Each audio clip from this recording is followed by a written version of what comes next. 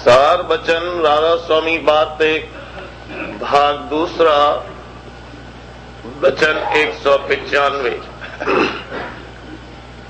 विद्यावान और चतुरा सद्गुरु के संग के लायक नहीं है, क्योंकि ये अहंकारी होते हैं और इनको संत सद्गुरु पर भाव नहीं आता।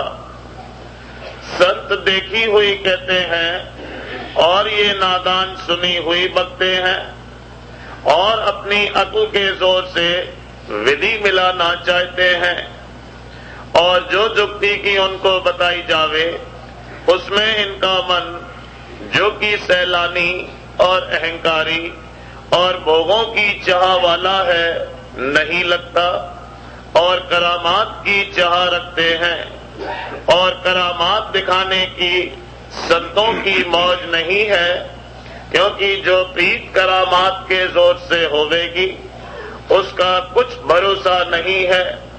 करामात उनके वास्ते है कि जिनको परमार्थ की सच्ची चाह है और अपने जीव के कल्याण के वास्ते संतों पर भाव और प्रतीत लाए हैं।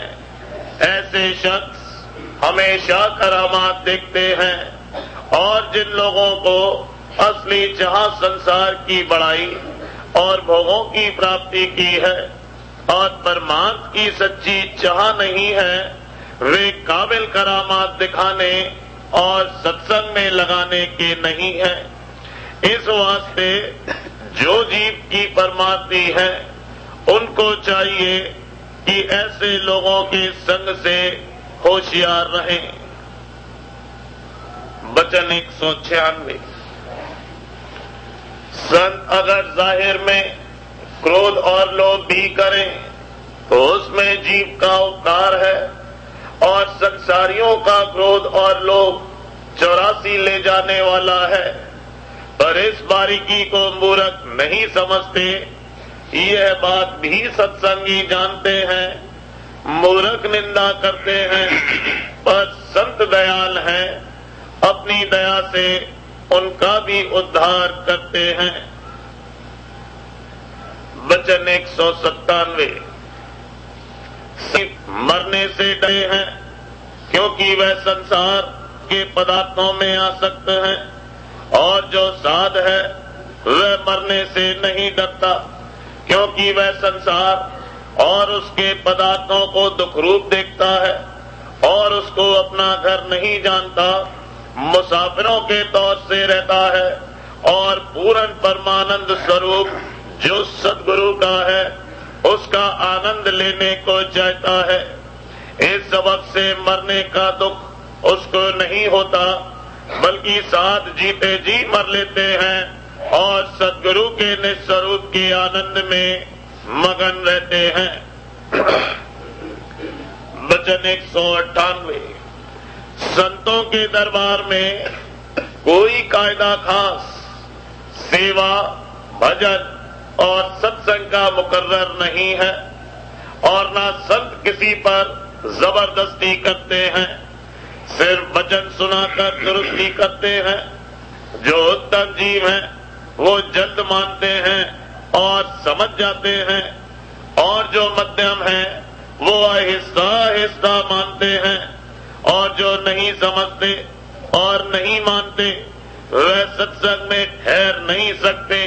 पर सत्संगियों को मुनासिब है कि किसी से ईर्ष्या न करें और न ये इरादा करें कि या तो हमारे अनुसार हर कोई बरते और नहीं तो चला जावे, क्योंकि चले जाने में उसका नुकसान है और सत्संगी का कुछ फायदा नहीं।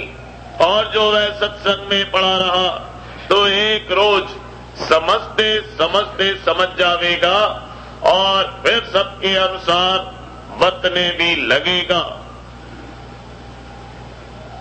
वचन 199।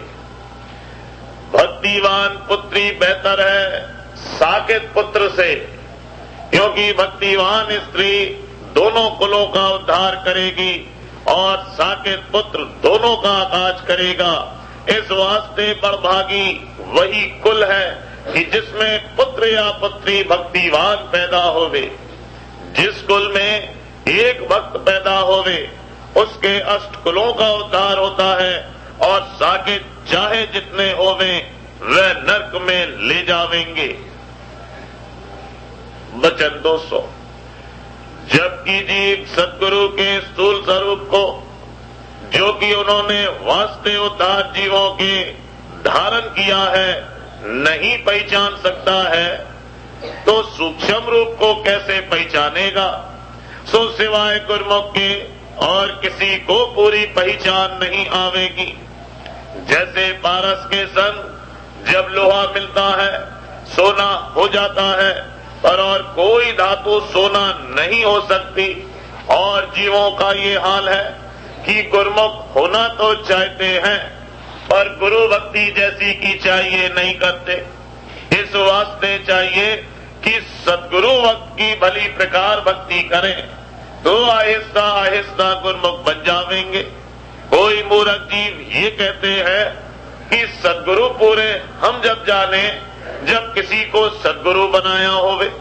अब ख्याल करो कि जो किसी को सद्गुरु बनाया भी होगा तो उनको उससे क्या हासिल होगा?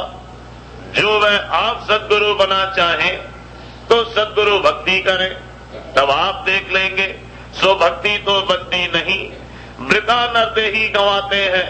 पर इसमें भी मौज है, क्योंकि जो सब गुरमुख हो जावे तो संसार की रचना कैसे रहे? वचन 201। भीख और ब्राह्मण का संसार में आदर है, पर इनको बड़ा वही जानते हैं जो परमार्थ की चाह नहीं रखते, क्योंकि वह जुक्ति जिससे जीव अपने निज स्थान को पावे इनके पास नहीं है। उन्होंने तो भीख और विद्या केवल स्वार्थ के लिए हासिल की है। जो जीव की दर्दी परमार्थ का है उसके चित्त में इन दोनों का आदर नहीं रहेगा। चाहे बाहर से वह इनकी खातिरदारी कर दे और धन भी दे दे, पर मन उनको नहीं दे सकता। इस वास्ते पंडित और भेक को चाहिए कि ऐसे लोगों के यानी सच्चे परमात्मियों के सत्संग में न जावें, और जो जावें तो कपट ना करें, क्योंकि उनके रूबरू पाखंड और कपट की बातें पेश नहीं जावेंगी। वहां सचौटी से बरतना चाहिए तो कुछ हासिल भी होगा, नहीं तो अपना निरादर करावेंगे। और जहां की संत आप प्रकट हैं और उनका दरबार लगता है, वहां जाकर झूठी और कपट की बातें बनानी, अपनी उगत करानी है, क्योंकि संत तो समर्थ हैं, वो बर्दाश्त कर लेते हैं, और उनके जो सत्संगी हैं उनसे बर्दाश्त नहीं होती है, वह उनकी कपट को खोल देते हैं। क्योंकि उस सत्संग में रात दिन सच्चे की छांट होती रहती है, वहां कपटी और पाखंडी का कैसे गुजारा हो सकता है?